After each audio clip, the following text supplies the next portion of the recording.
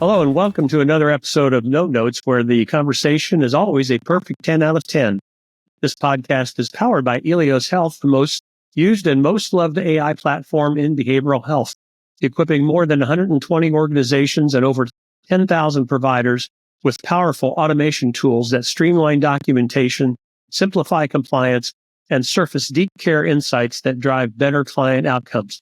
I'm your host, Dr. Denny Morrison, and for today's episode, we are thrilled to be joined by Dr. Donna Sheperis, professor and chair of the Department of Counseling at Palo Alto University and director of the Palo Alto University eClinic, and we'll talk more about that in a minute. We'll chat about the implications of AI with respect to care standards and care quality in behavioral health and how providers can help shape this transformation. So welcome, Donna, and thanks for being here today. Hi, Denny. Excellent. Thanks for having me. You bet. So, Donna, tell us a little bit about Palo Alto University, because it's a little bit different than a lot of universities, and particularly with their emphasis on technology. What's that all about? Yeah, it is. So Palo Alto University is situated in Palo Alto, California, and it began as the Pacifica Graduate School of Psychology as a way to really put more helping professionals into the Bay Area as a psychology-only school. And it was producing hundreds of psychologists year over year. And in 2011, 2012, we added a counseling program. We're now a full university, but still focused on practitioners, on putting helping professionals out into the Bay Area and beyond, because our counseling program outgrew any footprint. As you might imagine, the Bay Area doesn't have a lot of room for expansion. And so online teaching was one way that we could reach a market need of our students and to provide a way to generate licensed practitioners in California. So we now teach and train psychologists, counselors. We're starting a social work program and bachelor's in human services. So what is this eClinic thing that I mentioned during the intro? What's that all about? So the eClinic has been off and on in production for years. And there was a group of us really looking at it in about 2019. So I personally have been a clinician for a long time. We won't get into years.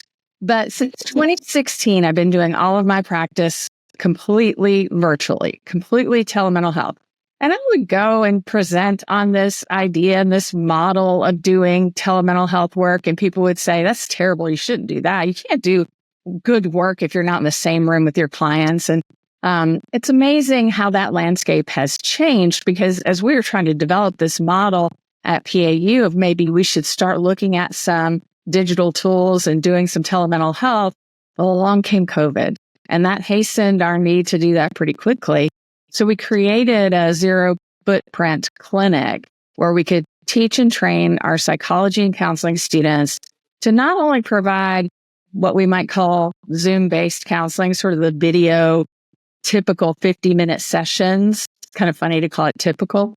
But also to bring in what we call digital therapeutics, to bring in some adjunctive work, some type of innovative digital platforms to help our clients between sessions or to help our clinicians in different ways than we had been in brick and mortar typical agency work when we were all face to face. And so now that's what we do. We teach and train our students a little bit differently than a more traditional university would. So is artificial intelligence part of that package that you're training them on? Yeah, it is. So one of the first things that we were able to do is we were actually able to partner with Elios and bring an AI-supported supervision aspect to the work that we do. And that was game-changing for us because, of course, we had to have our good supervisors. We had our clinical supervisors working with our students. And what having an AI supervision platform did for us is give our students some immediate feedback after a session so that when they experience that immediate blackout that we all have in training where we've just finished a session and we can't remember anything that happened, they had some instant metrics and some instant transcript analysis that they could go to and remember, oh, that's what was happening. And they could look at some critical incidents and some points in time and so have some information to go into supervision with besides, I really can't remember what happened, or have to go watch that whole hour over again to try to remember what happened. And the supervisors would have the same type of information that would allow them to more cohesively understand what a particular student is doing across time with their clients or even across their supervisees. So that just gave us a lot more material to work with. Yep. Well, and I think that especially like, traditionally when we would get the transcript, let's say, even if it was automated or, Sure. I remember writing mine out by hand. I mean, it was, it just invented stone tablets back then. So that was even harder. But hearing what the comments are that are made in therapy in training, in context, it's like, how did you say whatever you said rather than, yes, I said, something supportive. And it's like, yeah, did you? Was it? Was it really supportive? What I think I said, and then how my supervisor hears it can be totally different. And having it in a platform that my supervisor could comment on before I even get to supervision, that is so helpful to being able to grow a clinician and help themselves. Because supervision is really about ultimately the clinician develops an internal supervisor. And this is one way to really grow that internal critical analytical supervisor that's helpful. Yeah. Yeah. I'm sure you did too. Remember the days of watching videotapes of yourself. And that was kind of the closest that we had to what this is capable of. But now you've got kind of the analytics, the metrics, and percentage of talk time, and all those things that kind of add value to that whole process. So as we're working with supervisees and training them using an AI tool, do you see them getting interested in using AI in their own practice once they've graduated, once they get into actually doing care delivery themselves? How is that generation that you're training different than, say, our generation and even maybe the more recent grads? What are you seeing from their perspective? Okay, so I think I probably have a biased sample, because if you come into the eClinic, I need for you to have an affinity for technology. So I already want you to be interested and engaged and invested. So my sample is going to be very biased. So they're going to already be interested, but I do find them to be really wrapped up in what can they pull from the technology. But that's not all we ask them to do. We also ask them to seek out other technology that might be beneficial to their clients and to their care, so that they are actually bringing into our seminars, for example, other technologies that us slightly older clinicians are not aware of. So it's this reciprocal teaching opportunity, because I don't think there's anyone that could ever stay on top of how quickly this is moving. It's so fast. So I see my clinicians looking for the next way or the next wave, even, because it seems to come in waves, really.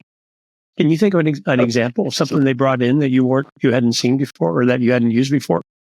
Well, I think about like how we've had the waves so far. So the first waves were about things that make us better at efficiency models, like just going to deal with analytics and data gathering and maps, general things around the house that are really good. But now my students are finding more gamified approaches to clinical care or keeping up with tasks. So that if they have a client who has an attention span issue, maybe not even ADD, but just issues with getting things done, they'll find a gamification type of planner that will allow that client to get things done, but in a fun way, and bring that in. And so we've started really just keeping track of all the various tools, getting our different clinicians to sort of rate them within the use in the clinic, what we like about them, what's helpful, types of clients that it works with and such, and just continuing to grow our understanding of them. So how do you envision, you guys really are kind of on the leading edge of this.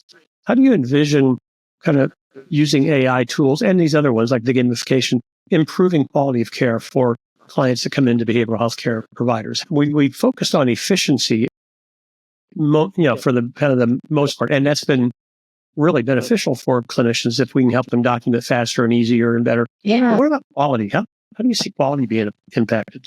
And I don't think those are mutually exclusive, Danny. So the very tools that help us with efficiency, that give us more time, are the tools then that give us more presence.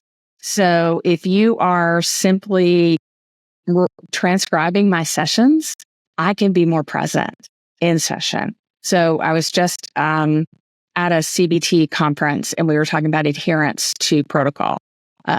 Therapist drift is often because we get away from protocol. And we get away from protocol because we can't be fully present sometimes, because we were thinking about something else maybe. But when you know that there's AI that's capturing everything in a session and you're not going to have to worry about remembering every detail, you can be more present. When you know that AI is going to capture a metric, then you could be less worried that you have to remember that as well. And you're not taking notes, you're very in the moment. That relieves you of a lot.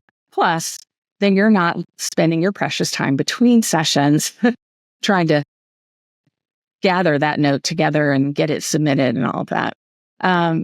So those aren't unrelated. Then we look at care metrics. So how do we improve those?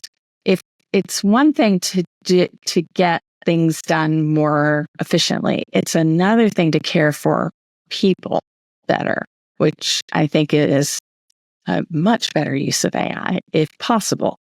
Does AI help us with that? To some degree, it does. So adherence to protocol, it can help us with that. But we're also seeing how AI can serve not just as a task automator, but as a co-therapist. So I'm really invested in this idea of AI as co-therapist. There's a few ways that we can do that. So we have a clinic in the Stanford group that's a child clinic. It has a huge wait list, like 600 children on this wait list to be seen. So we're going to take the parents of those children into our clinic, because sometimes when a child needs to be seen, it's really the parents that could use a little help. So we'll take the parents into our clinic while the child's still on the wait list and teach them some parenting skills. So we're going to use this co-therapy model that is developed to go with this particular tool. And it's 12 weeks. You have a certain number of sessions with your therapist, and all the rest of the psychoed and support happens outside of therapy using this tool that gives you education, but also instant, hey, my child's having a tantrum. What do I do now? Back and forth. And then let's see if at the end of it, the family still needs to be on the wait list. And if we can make a dent in a huge wait list, then the children that do need to be seen can get in. I think those are really good ways to use AI. This challenges some of the stuff that probably you and I grew up with in terms of this is how you do this business. And, I think a lot of people are resistant to that within our industry. Yeah. Have you seen that? Oh, my goodness. I work in a university. We define the word resistance. If anything is going to be slow, it's going to be at the university level, at least outside in clinics and in industry. At least things are slightly more innovative. But you're right. As a profession, I was at an event where the speaker said, in the last 100 years, our biggest innovation was we came out from behind the couch and sat across from our patients. So if that's our biggest innovation, then this is really going to rock the boat, Yep. So I think there's people who have an affinity for it and people who don't. And I also think that there are people who had an affinity for automobiles and people who didn't. There's people who had an affinity for the calculator and people who didn't. And we see how that went. I don't think this is a genie we can put back in the bottle. And so it's not about when or if, it's about how. It's about how are we going to integrate this into the practice of therapy that we do, because it will be part of the therapy that we do. And I think and this, I'd be interested in your thoughts about that. I think a lot of folks they're afraid that this is going to affect their accreditation from APA or NASW or whomever they're getting accredited by, because they're not teaching to a certain curriculum or certain standards that these accrediting bodies have done. How would you advise them about these kind of things to a department of psychology or social? Yeah, so I actually take the opposite tack. I think that our accrediting bodies are even further behind than our university systems are. You know, it takes the word technology is used exactly one time in the accrediting agency that accredits my program, one time. And that's usually in relation to an electronic health record. So that is pretty substandard. If our agencies are going to be expecting our students to be able to use at minimum an AI-supported progress note, at minimum, and we're not teaching how to even begin to understand how to ethically incorporate AI into a progress note, then we're failing our students. And our problem is the folks who are teaching tend to be more like me and you, Denny, in the fact that we didn't train in it. What do we know? And so if we don't figure it out, how can we teach our students? So I think we are doing our students a huge disservice by not giving them basic tools for making good decisions around AI, understanding how to ethically and critically make determinations around use, and understanding cultural implications of AI. So if I were going to bring it into a university classroom, then it would be at that level. Like, let's just at least look at some of our responsibilities to the work that we're going to be doing in the future. It's present. So let's look at the ethical use of AI and something I think we don't talk about enough, which is optimizing the beneficence of AI. What I think we love to talk about is the evils of AI. We don't like to talk about the good, about the opportunities where we can address public health concerns, where we as a profession can mold and shape what our clients are already doing. Our clients are already using ChatGPT and Claude to get answers to questions that we could help put guardrails around, just like the rest of us ran to WebMD when it came out to figure out what all our ailments were. I'm sure the medical profession didn't love that any more than we love the idea of folks going to ChatGPT as a therapist. So we either become part of the solution or we just continue to complain about it. So if I was a department chair and I said, look, you guys are doing really creative things there at PAU, how can I get started in my department of psychology? What would you tell them? Find one course where you're going to put one learning outcome related to artificial intelligence practice, how you're going to use it in a clinical setting. And I would look at how are you going to use it in care enhancement? How are you going to bring a clinical care tool into diagnosis, assessment, treatment planning, care management, outcome measurement, something? Find one class where you can begin to teach students how to use this. Don't let their first experience with AI be with a client in the real world. It's not where it should be. Yep.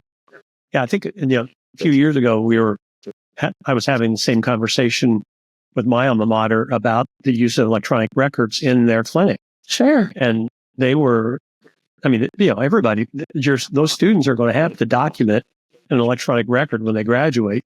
And they finally kind of got on board with it, and they're doing it some. But it moves slowly in academia. Still a lot of locked file cabinets, and oh my goodness, where will it be stored? Well, that's the stuff you have to figure out. That's part of the ethical understanding of it. that's what you have to, the process that you go through, right? Yeah.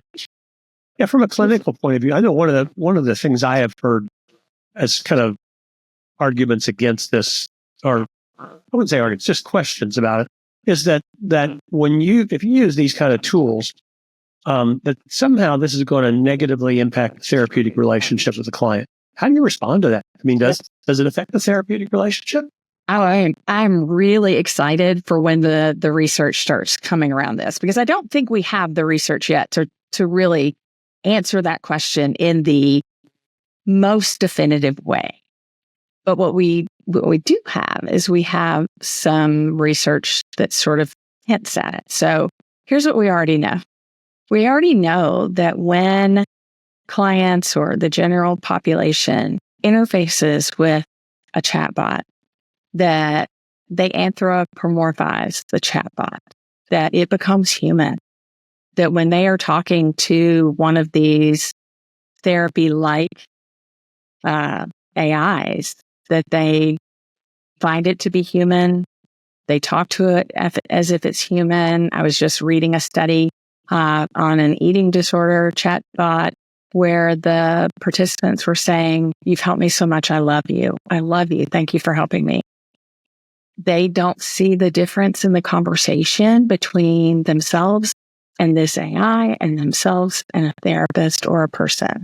So I imagine there is some therapeutic alliance right there in that. That's something to be studied. Does it detract from the alliance with the in-person therapist, or is it additive? We don't know. We already have triangulated alliances when we have an individual therapist, a group therapist, or a case manager and an individual therapist, or a couples therapist, an individual therapist. So we already know that that's a possibility, and that the therapeutic alliance can be retained, but it's up to me as the therapist to work on my relationship with the client. It's up to me to communicate and be active in that relationship. If my AI that I have prescribed, suggested, etc., is pulling a stronger relationship than I am, that might be more about me. And that's important for me to know, right? Well, I think it may also, like you were saying about how people anthropomorphize the therapist. And in some cases, they will be more open with an AI avatar, let's say, because they don't fear being judged. They know that it's a machine, it's not a human being, and that they can say things that they would fear that a person would might judge them for. But I think in the case like with Elios, like when you're doing these are essentially decision support tools. There's helping a clinician with documentation, supervision, kind of. I would think that the therapeutic relationship would be better for the reason you mentioned earlier, because you're more present. You're not sitting here, off to the side typing and saying, so how you feeling about that? It is a presence issue, and when we look at the even looking at what little research we have with alliance and some other third party, who's worried about the alliance? It's not the client. It's always the therapist. So I really think it's an us problem, and that's something for us to look at about why are we so threatened? And it's probably just about I've always done it this way. And we'll get through that. That's part of change management. And frankly, the process of AI, the change management related to AI, is the fastest change management process that we have gone through in our lifetimes. So we've never had anything go this fast. The computer, the internet, none of that was as fast as this. So we don't know how to do this. Yeah, adoption for TikTok and some of these other things. I think ChatGPT took 2 months to get to 1 million users or something like that. Yeah. And that's, like you said, the fastest ever uptick. So it's not surprising now that we're seeing an AI everywhere you look, whether you want it or not. It's here. So how do we adjust to it? And how do we I keep going back to this idea of how do we optimize it? How do we use it for good? How do we find the best way to support the work we do and help more people with it? It has so many advantages to really address some real world problems and to help a lot of people. I think the metaphor you alluded to quickly earlier is really a good one. And that is like when the calculators were introduced and, there were, teachers and profs who said you can't use a calculator in the room. And finally, they learned how to adapt that to be part of their curriculum. That you use a calculator like you would a tool in any other sort. So I think that's a really good metaphor for what we have here today, because calculators didn't go away. Oh. And neither did computers. And now we carry computers in the palm of our hand. And what we're seeing in other health education with AI is they're a little more responsive than therapy education. Medical education wants AI to help with decision making. They don't want to rely on their brain to remember how many cc's of what med should we push now when someone's in acute crisis. They want to have a quick check and a backup plan. For some reason, we don't want that. We want to rely on our intuition and our gut. Why not have some cross-check for a treatment plan? Why not have a cross-check for a diagnosis or an assessment? It seems like a really good idea, but we are very resistant. Well, I do think that we're not there yet, but I think there will come a time where we'll start seeing the linkage between clinical decision support systems for health professionals that will advise them about, the standard of care has been this, but there's some new research that suggests that for a client that looks like this, given all these parameters. And we've got all the building blocks for that in place with the EHR and the linkages to the internet and that kind of thing. But it's not there yet. I mean, I think it will be. Probably not as far off as we think, really. Yeah, as you said, things are changing quickly in this domain, and it's it's been really fun for me, like working with Elios in the past 5 years, watching how fast that has been taken up in the industry. And how many clinicians who were so resistant initially, once they started using it, were thinking, "Oh my gosh, this is wonderful! This is helping me in ways I couldn't have imagined before." So as we're wrapping up here, Don, what are the messages you want to leave our audience with regarding AI in both academia and in practice for kind of the next generation of clinicians? What's the takeaway message from your perspective? Okay, I want folks to be very aware ethically that it is still in our responsibility to understand any tool, that it may feel too much to understand, but it's not. It's just a language like any other, to understand the privacy, the transparency, the benefits of using it, because ultimately those are the things you as a clinician have to be able to explain in an understandable way to any client that you're working with. Because just like you have these concerns, so do your clients. Explaining any potential for that to address the fear that Big Brother is watching. Where is the data going? And where's my name going to be attached to it, if at all? Understanding that. How is it protected? Where is HIPAA in all of this? And then I like to use this is not mine. This is a Simmons and Vogel model that's a 4 C's of AI tool selection, ethical lens. You look at the consequences, risks and potential for the use of the tool. Control, how much human control do you have over the tool for oversight? Critique, you look at the development of the tool and any research related. And care in bringing the tool into your use. So you bring it in thoughtfully. And then I would add one more C to that. And this is from McCall's research on user design and culturally responsive work. That it's from a culturally responsive design, and that end users are actually part of the design. Too often tools are developed by us ivory tower folks or researchers and scientists, and not by the people who are actually going to be the ones using it. And that means that folks get left out, and it's not really helpful to the population that we're trying to reach. I think that it is not long before we are going to have AI across the board, that it is in all of our areas of therapeutic process as an option. But at no point is AI going to replace us as clinicians. Even that AI therapist that you could have a session with is not going to replace the opportunity to come to someone's office and sit in their presence for an hour and do deep psychodynamic work, do deep interpersonal work.